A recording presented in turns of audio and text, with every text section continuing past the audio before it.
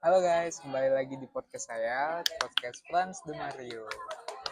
Kali ini di podcast season 1 ini bersama Gen 10 kita udah kedatangan seorang perempuan cantik bernama Siva Oktaviani. Halo. Halo, halo Siva, Pras. apa kabar? Baik, Baik. Apa nih kesibukan akhir-akhir ini? Akhir ini aku kesibukannya mikirin skripsi. Mikirin skripsi. Udah dapat judul emang? Udah ACC, udah bab 1. Oh. Tapi bimbingannya masih disuruh lanjut dulu ke bab 2. Jadi aku agak patah semangat. Oke, terima kasih. Terima kasih guys. Waktunya. Gimana ya? Aku izin ngerokok nggak apa ya? Nggak apa-apa. Aku juga ngepot. Ini kami lagi di Riku guys. Mereka lagi ngumpul situ. Dia minta request podcast bersama saya. Udah terkenal nih podcast ini ya. Karena aku ngeliat di YouTube itu viewersnya tuh udah sampai 1,9 juta ya. Wow. Jadi katanya mau mengalahkan podcastnya Raditya Dika. Nah ini datang nih. Terakhir ya, sebatang terakhir. Iya, 2000 kan? Iya. Aku bayar, aku nanti taruh kok bayar. Memang kebiasaan anak view ya guys ya, kayak gini. 1000 aja.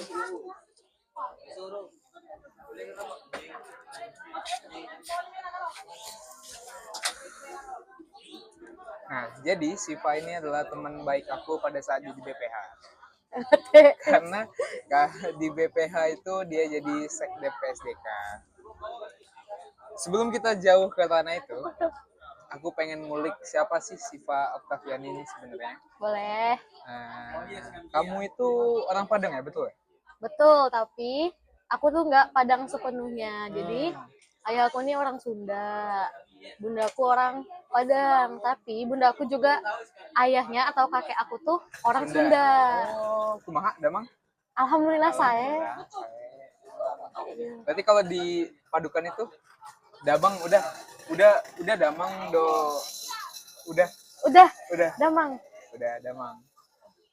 Itu bahasa Batak ya? Bukan, udah kan bahasa Minang juga.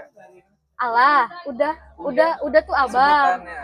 Udah abang. Kan ada tuh aku lihat scene-nya tuh udah Dodi mana udah? Udah Dodi dah. Udah tahu aku Dodi, udah Dodi dah. Nah, Dodi. Nah, udah Dodi Doda. Udah itu tuh bahasa Padangnya abang. Kalau kakak cewek disebutnya Uni. Kayak gitu. Tapi emang kecil di Padang apa di Sunda gitu? Nah, aku tuh lahir memang di Tasik. Terus Tasik tuh di daerah Jawa Barat. Oh. Lahir di Tasik, terus sempet ke Pangandaran, Pantai Pangandaran, terus tsunami, pindah ke Padang lagi, terus pindah lagi ke Tasik lagi. Terus sampai di Tasik itu sampai kelas 2 semester 1 pas SD. Terus pindah lagi ke Padang. Jadi dari Padang sampai SMA di Padang kayak gitu. Tapi bukan Padang, namanya itu Sawalunto. Sawalunto. Itu kayak daerahnya di Sumatera Barat kan, gitu ya. Kayak layonya di Sumsel gitu. Iya, karena kan orang-orang taunya Unsri Palembang. Nah, kalau Sumbar kan taunya Padang gitu. Tapi bentar, tadi kamu sebut ada tsunami gitu, itu pada saat kamu umur berapa? Umur berapa ya? Tapi kalian guys bisa cari tsunami Pangandaran tuh antara 2006 apa 2007. Berarti kayak 2 tahun, 3 tahun gitu ya? kan? 2 tahun, 3 tahun. Terus apa reaksi kamu? Oh, kamu nggak ingat ya saat itu ya? Tapi aku tuh sempet inget, kan ayah sama bunda aku tuh punya ruko jualan baju pantai kayak gitu kan. Nah kami tuh lantai atas tuh rumah. Terus saat tsunami, ayah sama bunda aku sama aku tuh ada di lantai atas. Jadi aku bisa ngelihat pas tsunami, patung-patung baju-baju ayah aku nih hanyut sama air. Jadi aku bisa ngelihat. Terus juga kan itu kita ngungsinya itu tuh di Masjid Agung ya. Jadi Masjid Agungnya itu tingkat. Jadi pengungsi di bawah, mayat-mayat pengungsi di atas, mayat-mayat di bawah. Jadi mayat yang udah dikafani kayak gitu tuh dijajarin di lantai bawah. Jadi aku dari atas bisa ngelihat banyak mayat yang udah dikafani kayak gitu. Tapi alhamdulillah keluarga selamat semua, Pak. Alhamdulillah keluarga selamat semua. Alhamdulillah. Setelah kejadian itu langsung dibawa ke Padang semua atau gimana? Sebenarnya aku kurang inget ya, tapi aku masih inget aku ada memori di Padang tuh, ya bunda aku berantem sama om aku kayak gitu, masih ingat aku pernah di Padang kayak gitu. Aku nggak tahu deh pas habis tsunami pulang dulu ke Tasik atau langsung ke Padang, aku lupa. Berarti pindah di Padang satu keluarga itu pada saat kamu kelas 2 SD tadi ya? Iya, pindah semuanya. Itu tepatnya di Sawalunto. Tepatnya di Sawalunto. Itu memang kampung orang tua kamu apa gimana? Benar, jadi bunda aku tuh lahirnya di Sawalunto. Nenek aku juga udah orang Sawalunto, jadinya untuk nemenin nenek, akhirnya kita pindah ke Padang. Gitu guys. Udah selesai? belum. Oh, belum. Dong. Masih panjang kita obrolan Nah, kita. masih panjang. Oke, terus besarlah di Padang dengan berarti apa lagi ya? Seingat aku, setahu aku keluarga kamu tuh Islami ya kalau nggak salah. Bener banget. Bunda aku tuh orangnya Islami banget guys. Jadi ayahku juga Islami banget. Kayak setiap sholat subuh ke masjid, maghrib ke masjid, kayak gitu. Bunda aku juga nggak lepas sholat sunnahnya. Kalau di Islam tuh kan sholat sunnah, sholat wajib kayak gitu, nggak pernah lepas tahajud, duha kayak gitu. Berarti harusnya turun ke anaknya dong. Iya. Jadi pas itu aku tuh dari SD memang udah dicuci otak ya sama bundaku. Dulu tuh di SD di Tasik itu tuh kami bisa milih mau seragam pendek apa seragam panjang pakai jilbab. Oke. Nah, SD itu ya. SD baru masuk SD. Oh, pas masih di Tasik ya. Iya. Oke. Bunda aku mencuci otak aku, udah nggak apa-apa seragam panjang aja, nggak panas katanya. Pakai jilbab, oke pakai jilbab. Dari SD pindah ke Padang kan, di Padang memang anak-anaknya itu diwajibkan untuk berjilbab. Jadi aku udah biasa kan berjilbab. Terus mulai masuk SMP, sebenarnya aku tuh pengen masuk SMP. Tapi, tapi bunda aku tuh nyuci otak aku lagi. Ke pesantren. Ke MTSN, Madrasah Sanawiyah. Jadi lebih ke agama gitu. Oke. Terus kamu ya ngikut aja lah, apalagi Ya, masih ikut SMP aja, gitu masih ya. SMP ngikut aja lah kayak gitu.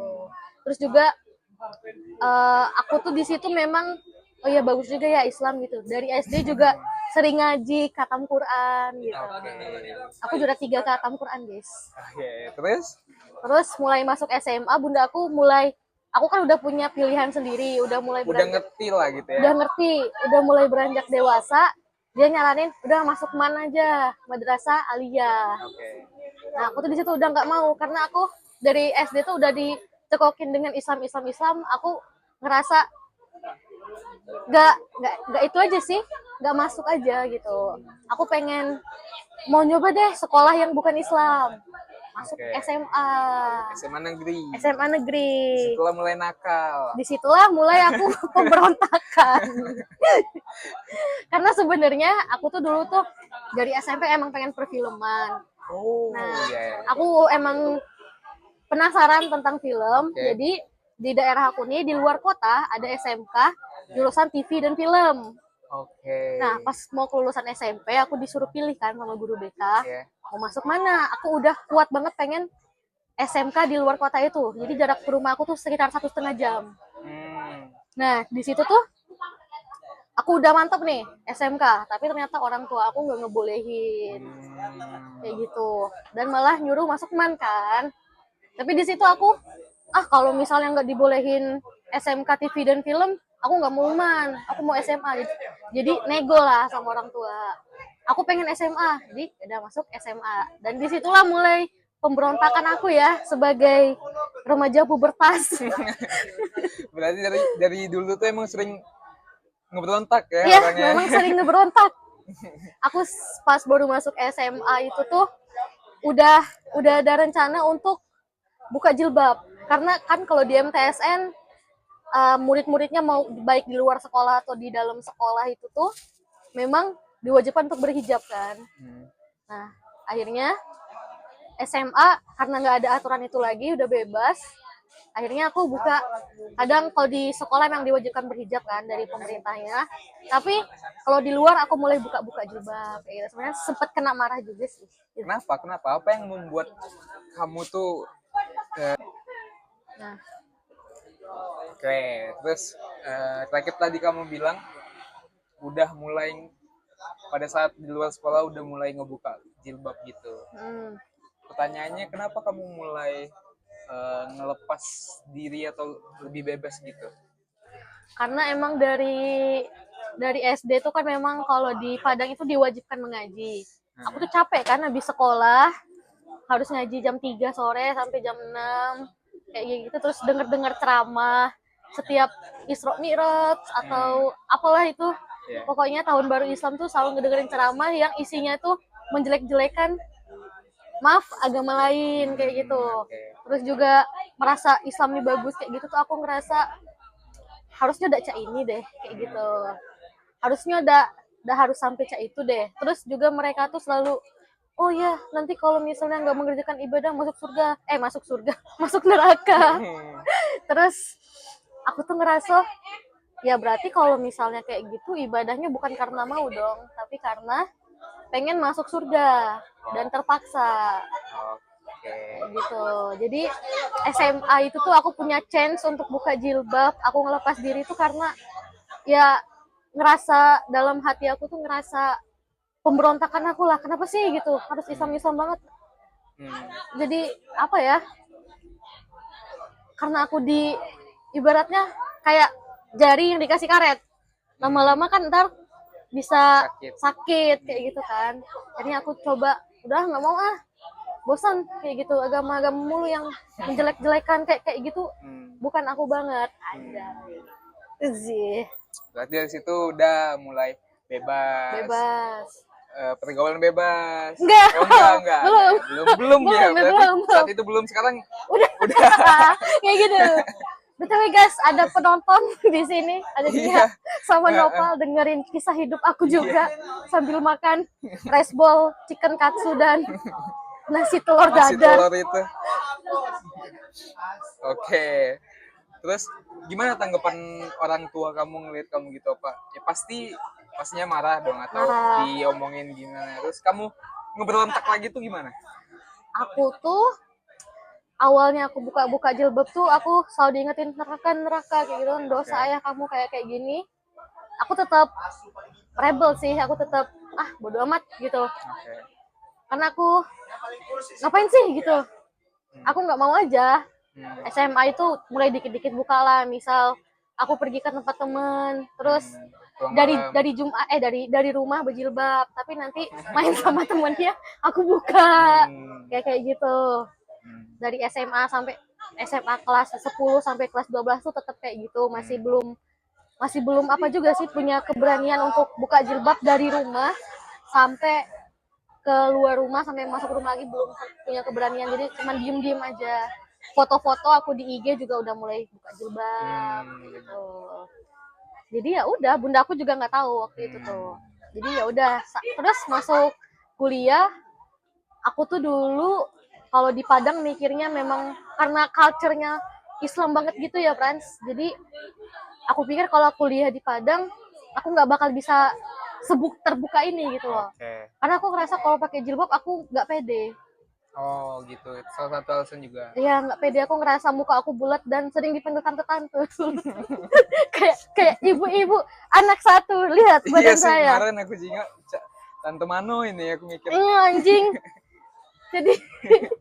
Jadi aku nggak pede buka jilbab, pakai jilbab. Terus sudah. Itulah makanya kamu mikir aku harus keluar dari kota ini gitu. Iya, aku harus keluar dari kota ini gitu. Dan kamu akhirnya milih Unsri. Kenapa tuh milih Unsri?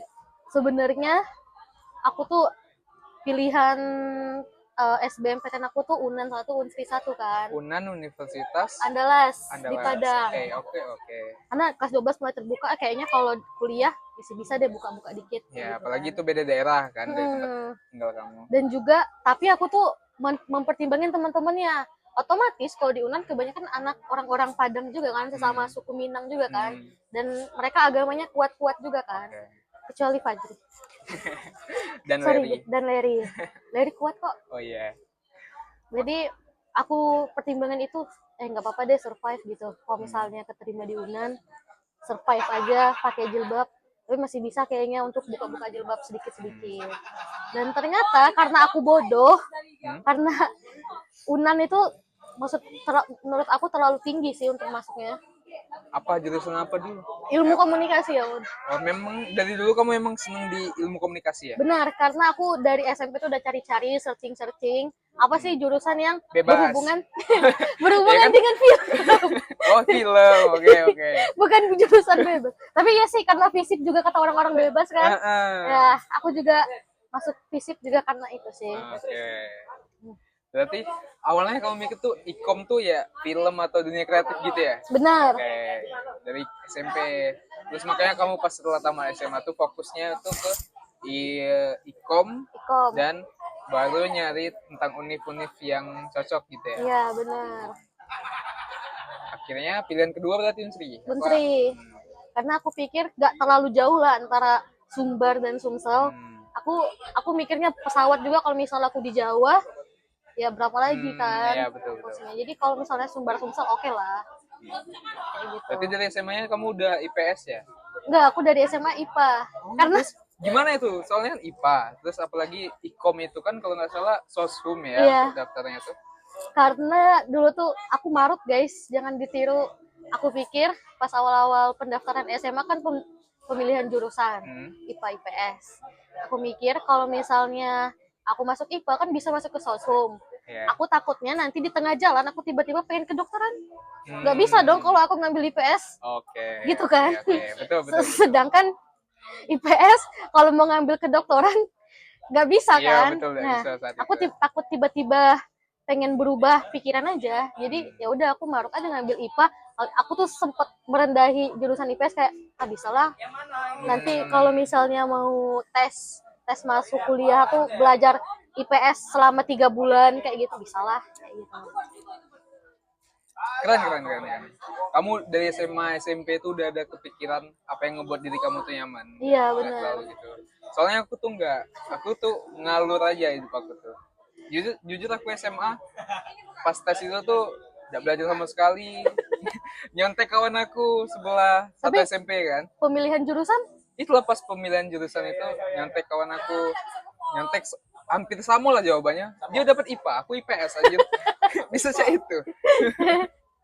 Sudah akhirnya IPS dan akhirnya bingung di akhir-akhir itu nak milih apa, dan ujung-ujungnya gap year setahun, akhirnya baru pikiran guru penjas aku nih. Tapi kenapa Frans kamu bisa pengen masuk penjas? Karena aku sadar aku saat itu tuh kurang belajar dan kurang ado terbuka dengan tujuan aku ke depan tuh nak ngapain. Oh jadi kamu merendahkan jurusan olahraga kayak gitu? Bukan. Aku lihat di passing grade di Unsri Penjas peluangnya besar dan yang daftar di tahun-tahun sebelumnya sedikit. Jadi aku daftar. Dan itu kan di NIM kita tuh, ujung NIM kita tuh kan itu seharusnya itu daftar nilai UTBK kita, kalau nggak salah. Oh iya kah? Yeah. Aku baru tahu. Aku dapat 66. Berarti aku di ujungnya nih tuh. Kalau portofolio aku kecil, aku udah masuk Unsri. Oh, penjas tuh pakai portofolio. Betul. Portofolio ngapain? Kebetulan aku atlet basket dulu SMA, jadi fotonya besar di situ dan menang-menang juga. Nah, akhirnya menang. Nah, udah ngebahas aku. Sekarang fokus ke kamu. Mulai masuk Unsri, setelah masuk Unsri dan masuk Ikom, tiba di Palembang, ada culture shock nggak dari yang awalnya tuh di daerah Padang, tiba-tiba masuk ke Unsri, Palembang, kenal dengan dunia Ikom luar gitu? Aku malah excited sih, karena dari kecil tuh memang ketemunya tuh orang agama Islam lagi, sesuku lagi, kayak Minang lagi, obrolannya pasti berputar-putar kayak gitu terus kan. Aku di Palembang ketemu teman Kristen kayak Glora, ada namanya Gloria dulu tuh, teman-teman mabaku. aku tuh ngerasa excited sih, aku bisa dapat insight baru dari mereka kayak gitu. Terus jokes aku dengan teman-teman saat SMA tuh Nggak masuk. nggak masuk. Oke. Jadi setelah masuk dunia kuliah, aku mulai ngejokes kayak gitu, ternyata masuk ke mereka. Oke. Jadi aku ngerasa wah keren juga ya dunia luar gitu. Oke. Itu baru dunia yang kamu rasakan itu pada saat maba itu lah berarti ya? Iya, dunia yang aku impikan sejak kecil tuh kayak gitu. Oke. Belum kenal stres tentang kuliah, belum kenal saat itu ya? Belum, karena kata orang-orang kan ikom apaan sih jualan nenteng-nenteng tote bag. Skena gitu Skena ya. gitu kan. Kuliah pakai sendal. Iya. Pakai kaos, hoodie. hoodie, rambut pink. Iya, rambut pink. Ungu.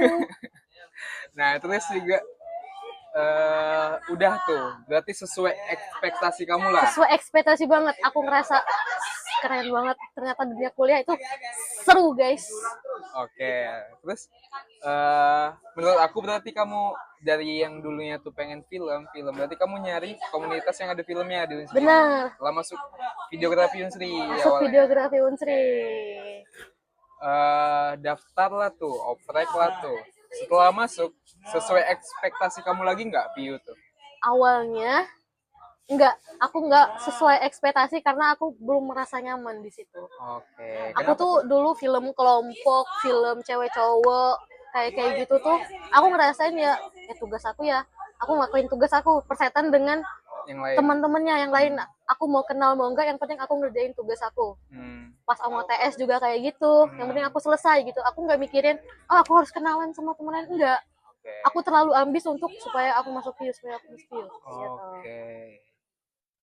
Setelah masuk view, apa? Kenapa kamu awal masuk view kan aku jarang lihat kamu juga. Kenapa kamu kayak belum menemukan titik aman, titik nyamannya di view gitu? Karena dari awal maba kan aku selalu sama circle ikom aku. Okay. Aku udah ngerasa nyaman, udah ngerasa aman lah sama mereka, udah ngerasa satu jokes gitu kan. Okay. Jadi aku ikut view tuh ya untuk ikut ya rapat aja lah sekali-sekali. Ilmunya aja gitu. Iya, aku ngerasa beban sih dulu karena rapat-rapat mulu kan. Kapan sih aku mainnya gitu. Karena aku belum ngerasa nyaman dan belum ngerasa rapat itu tuh sesuatu yang asik. Jadi aku nggak terlalu mentingin itu. Oke. Itu berarti selang berapa lama kira-kira kamu masih belum menemukan titik nyaman kamu? Oh lama lah itu mas. Kapan? Titik momen apa yang ngebuat kamu nyaman dan into ke view? Ini nih aku banget di view gitu. Ini nih aku banget ya. Kita kan keterima antara Oktober November ya. November tanggal 6. Nah, kok enggak, tanggal 11. Kok tahu mas? Aku kemarin searching soalnya, baru-baru ini. Di akunnya. November, Desember aku belum into banget. Aku cuman ngerjain tugas aku aja, apa yang ditugasin oleh Genatas aku kerjain. Desember, Januari, Februari. Kita play again kapan ya? Play again Mei. Aku di situ kan aku tuh gak tahu ya, ternyata kita tuh udah film gen dulu tuh ya. Jadi aku nggak pernah datang karena aku nggak nyaman aja sama kalian. Karena kan maaf ya circle cagen view yang dulu tuh aku masih sakit hati guys. Iya, circle Naura, Alan, Haikal, sebut beda apa ya? Ya Naura, Alan, Haikal, Nisa, Tia, Marini, kayak gitu. Jadi aku ngerasa nggak seru di view, udah circle kayak gitu. Ditambah kalian lapok juga kan. Oh, berarti kamu nggak ikut ya? Nggak ikut. Aku tuh cuman kenal Arum waktu itu pas makrab. Oke. Pertama kalinya aku deket sama Arum. Oke. BK juga kamu nggak datang ya? BK datang aku. Tapi cuman sekedar nyelesain tugas kamu aja. Nyelesain tugas sebagai tiketing. Berarti apa setelah play again tuh apakah SKB atau? Setelah play again tuh kan kalian rapat PPM kayak gitu. Aku nggak pernah masuk tau. Aku cuma dikabarin. Iqbar pun kayaknya nggak tahu ada aku. Aku dikabarin berapa minggu gitu. Ayo ikut syuting play again. Emang wajib ya? Iya untuk Gen 10 katanya. Ayo udah play again. Aku tuh sempet pulang dulu ke Padang deh kalau nggak salah. Makanya aku nggak ikut PPM kalian. Karena waktu itu kan UAS tuh setelah Lebaran ya. aturannya aku nggak ikut playgen karena kalau misalnya UASnya nggak offline dan online aku nggak bakal pulang lagi ke Layo. Ternyata pulang lagi ke Layo, akhirnya aku ikut, ya udahlah ikut playgen gitu. Bahkan aku nggak dimasukin grup semuanya playgen itu loh, yang kalian PPWA-nya yang merah, aku masih aku nggak masuk. Tiba-tiba dimasuk, tiba-tiba rapat melalui Jimit, shift kau nak jadi apa? Emang ada apa lagi? Kru sisa. Tinggal ini be. Oh aku nak di OP.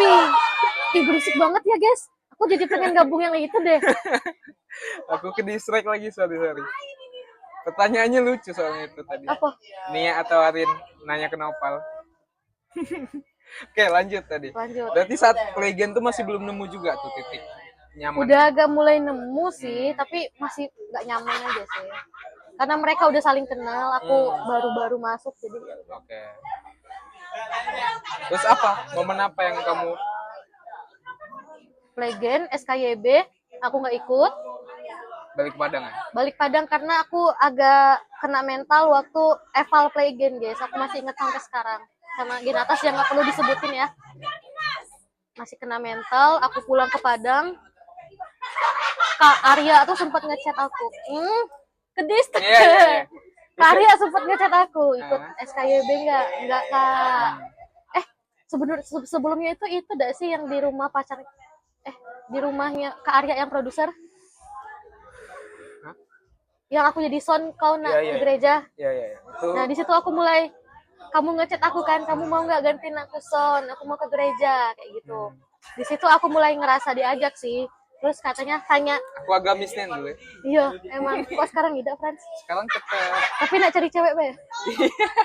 Kayak gitu, guys. Sesusah itu cari cewek Kristen ya. Lanjut. Terus, oke, kata aku kan. Siapa juga sih yang nggak mau untuk megang sound kayak gitu kan. Terus, ya udah. Nggak tahu kenapa Kak Arya ngechat aku atau kamu yang nyuruh aku ngechat Kak Arya. Terus, tanya ke Kak Arya gitu. Jadi aku tuh kan memang belum pernah naik Damri umum sebelumnya. Jadi Kak Arya tuh ngasih step by step. Oh iya ingat aku. Naik Damri umum, turun di LRT Polresta, dia ada yang jemput. Terus kalian tuh nitip apa gitu ke sekret. Jadi aku ke sekret dulu. Nitip tongkat boom apa ya? Iya. Nitip boom. Oke, aku ke sekret, aku langsung ke Damri umum, kasih step by step turun di Polresta. Terus yang jemput Kak Rahman. Terus sama Kak Arya pas datang, oh iya ini ketemu kamu kan, diajarin. Aku tuh diajarin ada polem juga nggak sih waktu itu? Nah ada polem, ya udah diajarin cara ini kayak gitu. Di situ aku mulai ngerasa keajak karena kita abis itu pergi ke kontrakannya temennya Alan. Betul. Nah di situ mulai, oh iya ya. Di situ baru ngerasain ngumpul gitu, ngobrol kayak gitu. Ngerasa oh ya ini gen aku. Itu sebelum film Gen sih. Oh iya kah? Iya. Dan di saat itulah, di ngumpul itulah Alan nawari aku jadi talent. Oh iya kah? Iya, ingat. Iya, aku loncat memori aku lagi. Iya, di saat itulah. Di saat itulah ya? Iya. Iya, pokoknya saat itu aku ngilang lagi. Pas baru syuting film Gen baru masuk lagi. Tapi di situ aku ngerasa Alan tuh kayak ngerangkul, ayo itu Gen 10 balik deh ke rumah kontrakan kawan aku. Yang bahkan Alan tuh baru ngechat di saat itu juga. Terus kita makan pecel lele. Itu aku masih ingat ada Kak Bina juga di situ. Terus di situ tuh aku ingat ada Naura, Tia, Nisa. Ada Ica nggak ya? Nggak ada. Naura, Tia, Nisa deh. Sama Bina. Terus ya udah makan pecel lele kayak gitu. Mulai tahu lah satu-satu. Oh iya ini namanya ini. Tapi kan aku memang agak sulit mengingat wajah orang ya. Jadi aku lupa. Kayak gitu. Mulai film Gen, ya aku mulai ngerasa diajak sih. Oke mau lagi. Kena mental film Gen. Kalian SKYB, aku nggak mau ikut karena aku juga liburan kan ke Padang. Nggak bisa balik Padang kayak gini. Udah tuh. Setelah film Gen kalian udah kan? Film All Crew udah kan? Terus ke PK2. PK2 aku pulang. Terus aku masih ingat. Aku udah lama nggak ke View, ke sekret. Pas aku buka pintu, aku kan bareng sama Arum. Aku ditepuk tanganin. Gitu aku ngerasa anjing, hangat niannya gitu. Ih, geli. Kayak ditepuk tangannya Siva datang. Oh iya gitu. Baru itu rapat PK2 deh kalau nggak Iya, salah. iya. Terus suruh nginep kan, ngajak-ngajak nginep. Awalnya aku nggak mau, aku kurang lah gitu. Alan tuh beberapa kali dicat aku, ayo nginep kayak gitu.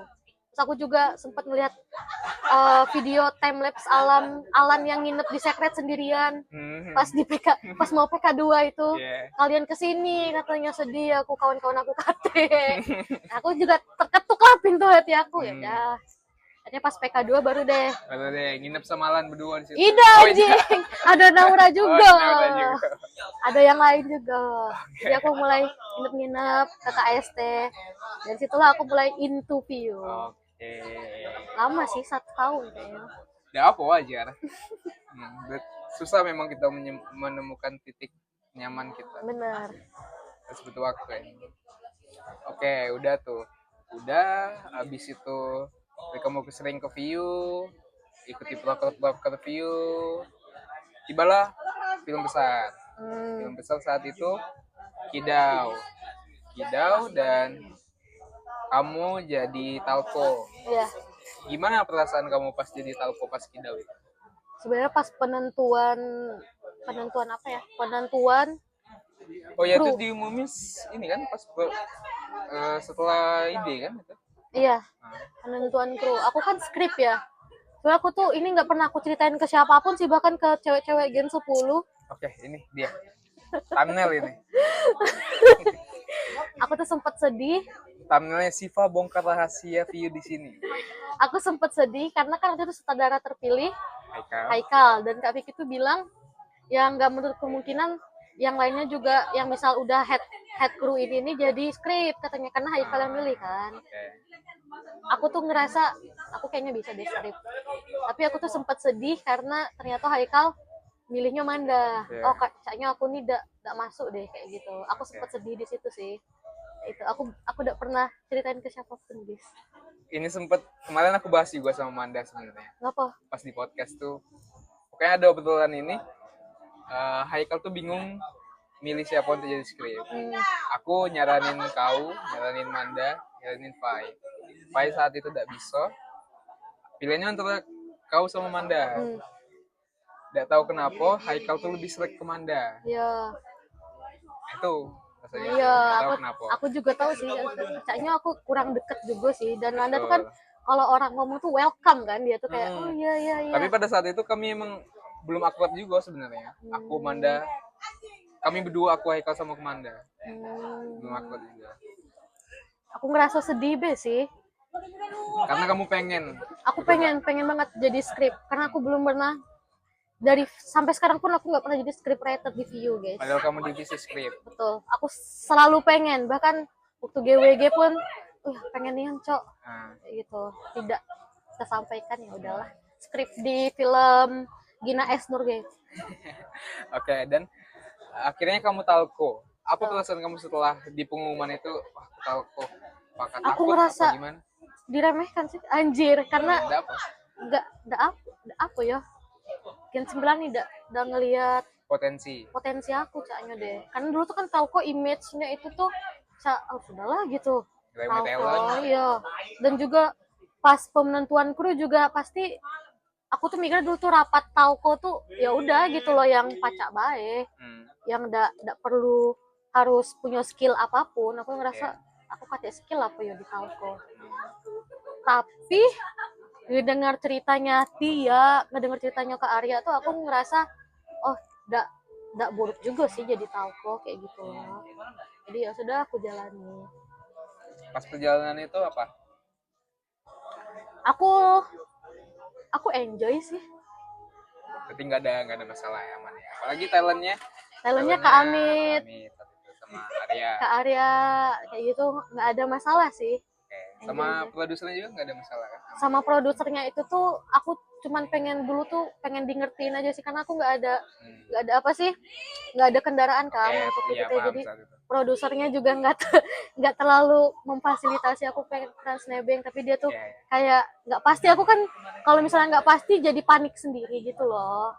kayak gitu sih. Tapi itu kayaknya masalah minor deh, masalah-masalah kecil kayak Iya. gitu ya udah gitu guys. Oke. Udah tuh, akhirnya kamu jadi BPH, kita bertiga jadi BPH, KDP Haikal saat itu, ketuanya, wakilnya aku, sekdemnya kamu. Itu berarti Alan yang milih langsung. Iya. Terus gimana pas kamu di kontak Alan tuh, sip kamu jadi departemen PSDK jadi sekdemnya, gimana tuh rasanya? Jujur aku tuh kayaknya di kontak terakhir deh, karena mereka tuh lah di kontak duluan gitu loh. Aku ngerasa anjing lupa pualan sama aku gitu loh. Aku tuh orangnya tuh suka sedih sendiri gitu guys. Kayak misalnya tatapan kalian beda ke aku, atau omongan kalian tiba-tiba, nada bicara kalian tiba-tiba itu tuh sebenarnya aku tuh bisa ngerasain gitu loh. Ih, budak ini benci yo sama aku gitu. Cuma aku tuh kayak itu. Apalagi Terus dilihat dari yang sebelum-sebelumnya kayak kamu tuh kurang diprioritaskan atau dianggap remehkan gitu ya? iya benar. Paham, Pak? Jadi aku ngerasa anjing nggak apa-apa lah nggak. Tapi aku tuh kawan-kawan aku tuh kan pengen ada gaul BPH ada gaul gitu-gitu. Tapi ada satu titik di diri aku tuh, kapan sih anjir aku juga galak. Foto aku terpampang di sekret itu tuh kayak kerennya gitu loh. Aku nggak nyangka jadi PSDK sih. Aku dulu tuh pengennya infokom, tapi ternyata ya udahlah, ternyata emang skill aku juga nggak terlalu, dan HP aku juga nggak iPhone. PSDK juga nggak itu amat kok. Tapi kapan tahu kan saat itu 12 PSDK kayak gimana? Aku tuh taunya ya udah ngerangkul aja. Oke. Udah tuh, udah masuk PSDK. Terbentuklah kita bertiga, Haikal, aku, kamu. Gimana perasaan kamu saat itu? Aku agak struggle guys, karena mereka kan kosannya deket, ada kendaraan, jadi kalau mau ngobrol tuh sering ngobrol. Aku tuh kayak ngerasa dilupakan lagi kayak mereka gini nih, ini jari tengah sama jari telunjuk mereka, aku di sini jari manis guys, nih kepotong gitu. Jadi kalian juga kadang ngerencanain apa nggak ngomong ke aku kayak gitu, dan juga di chat juga nggak terlalu responsif. Aku ngerasa anjing dilupakan lagi cok, ya udahlah aku tuh ya udah gitu. ya paham. Memang saat itu masa-masa apa ya, iya sih aku tidak tahu juga kenapa dulu tuh ya sudah aku ngobrol sama kau udah nyampe ke Haikal, aku ngobrol sama Haikal udah nyampe ke kau, itu salahnya saat itu. Tambah lagi aku tidak tahu kenapa Haikal sama kau tuh kurang terbuka saat itu di BPH. Aku ngerasa cek itu sih, aku juga udah tahu ya masalah kami itu apa, tapi aku memang agak cek ini nah. Ada belakang. Ada belakang guys. Iya, tidak pernah ada depan. Sorry Haikal, tapi aku mengakui ini kok Haikal mengakui tidak? Caknya iya deh, sampai sekarang juga, sampai sekarang kalian ini. Aku agak awkward deh sama dia. Oke, dan tiba-tiba Haikal pindah, milih JFA itu, akhirnya terbentuklah. Kau Leri. Aku Leri, kamu. Gimana tuh apa? Mulai nyaman tentang PSDK ini? Aku kayak mendapatkan secercah cahaya. Kayak aku tuh ngelihat Leri tuh kalau misalnya ngomong kayak gitu kan ada isinya lah gitu, maksudnya tuh bisa diambil intisarinya itu. Oke. Kayak aku tuh bahkan mohon ke Alan pernah waktu itu tuh, Lan please Leri Bailan gitu. Udah kuat lagi sama Frans, sama Haikal juga cak ini. Alan tuh diem aja sih. Yo agak Leri katanya. Sudah ternyata memang Leri, kita ngobrol di depan apa sih itu tuh? 7 Days. 7 Days di mobilnya Kak Isan, kita bertiga. Masih ingat banget. Kayak gitu. Aku ngerasa secercah be sih. Karena Leri tuh aku ngerasa pengetahuan organisasinya tuh bagus juga. Betul, kalau masalah organisasi. Bagus banget. Dan dia tuh netral. Netral ya. Karena dia lah sebelum jadi BPH VI, dia lah 2 kali BPH perdarahan dia. Iya. Ya udah. Oke, terus itu tadi aku nanya titik ternyaman kamu di VIU, dan aku mau nanya lagi kebalikannya, titik stres kamu di VIU tuh apa? Saat aku nggak punya teman awal-awal sih, karena aku tuh orangnya kalau nggak punya temen tuh aku ngerasa terpuruk, jadi bukannya mendekati teman, tapi aku malah menjauh, menarik diri kayak gitu. Aku tunggu orang untuk menyapa aku sebenarnya. Oke, paham. Kayak gitu. Yeah. Untuk menarik aku. Terus Yeah. juga ditambah saat play game lagi, kayaknya itu tuh trauma terbesar. Iya. Yeah. Kalau aku pas play game tuh ya sudahlah. Aku memang itu aku baru masuk anjing Yeah. diomong gitu itu. Ya. Mereka juga ngelakuin itu karena ada alasan juga. Iya. Tapi ya sudahlah gitu. Oke, berarti so far good berarti ya selama So far kamu ngelakuinnya semuanya tuh di view tuh aman aja berarti ya. Aman. Pas BPH juga kadangnya neken ego sedikit. Oke. Kita udah ngobrolin view, ngobrolin kampus, sekarang berarti lagi sibuk-sibuk skripsi kan? Betul, Sibuk-sibuk skripsi. Rencana planning ke depan deh, selesai kuliah tuh kamu mau ngapain gitu? Aku masih bingung, aku masih ada banyak ketakutan tentang after graduate itu tuh. Aku masih bingung cara cari kerja gimana. Terus juga gimana sih cara memulai day one di kerjaan gitu tuh. Aku masih takut sih cari kerjanya, aku takut pengangguran sampai berbulan-bulan kayak gitu. Aku jadi belum ada planning kayak gitu sih. Tapi pokoknya aku selalu optimis aja gitu. Penting selesai dulu skripsi. Untuk kerjaan kita usaha nanti aja gitu, usaha sekeras-kerasnya gitu. Udah tahu ya, aku mikirnya ini dari kemarin aku sering ngobrol sama cewek-cewek juga. Mereka tuh ada after wisuda nih ada cita-cita yang pengen mereka kejar lah gitu. Tapi aku mikirnya kalau cewek ya udahlah dah sih di rumah be nunggu setahun 2 tahun lagi ada be yang ngelamar dia. Aku mikirnya sih itu. Tapi tidak tahu semakin ini semua orang tuh sama sebenarnya. Sama ya, ada cita-cita yang harus dikejar juga. Nggak mesti cowok yang kerja terus. Benar. Berarti itu kamu pengen kerja tetap di dunia kreatif gitu? Enggak sih, aku sekarang setelah aku sempet magang di perusahaan finansial teknologi namanya, itu Amarta. Aku tuh kayaknya tertarik deh sama dunia kayak sosialisasi dekat ke masyarakat gitu. Dekat ke masyarakat, karena aku juga tertarik dengan budaya mereka kayak gitu loh. Dengan karakter mereka, setiap suku bangsa tuh kan beda ya. Jadi aku tertarik juga di situ. Tapi kayaknya aku belum memasuki banget sih dunia itu. Masih pengen nyoba-nyoba ngambil langkah aja sih. Kalau gitu ini aja kamu ikut Genbi atau serius ya? Genbi banyak gitu. Kalau nggak relawan gitu. Nah, kalau relawan kayak gitu tuh aku sempat kepikiran. Tapi aku terlalu susah untuk mengeluarkan uang. Untuk ke Palembang kayak gitu tuh bahkan aku jajan ke Palembang aja jarang karena anjing mahalnya PP lah 50.000, Cok. Iya. Nah, itu. Jadi ya udahlah. Berarti saat ini masih ngikutin alur aja ya? Ngikutin alur dulu aja. Yang penting aku pengen kerja di perusahaan multinasional, guys. Doain. Amin. Oke. Last question nih. Kebetulan udah setengah jam lebih. Setelah kamu ngejalanin kehidupan kamu yang dari masa SMP, SMA, bentrok sama keluarga tentang prinsip, terus yang di kuliah juga nemuin kehidupan kamu, masuk view, ada nggak prinsip atau moto hidup yang kamu pegang selama ini? Yang penting baik ke orang aja sih, karena kalau dijahatin orang kan nggak enak. Ya aku selalu prinsip ya baik aja gitu ke orang. Yang penting berbuat baik gitu ya. Ya, ikhlas aja gitu. Ikhlas tanpa pengen dapat feedback balik dari mereka.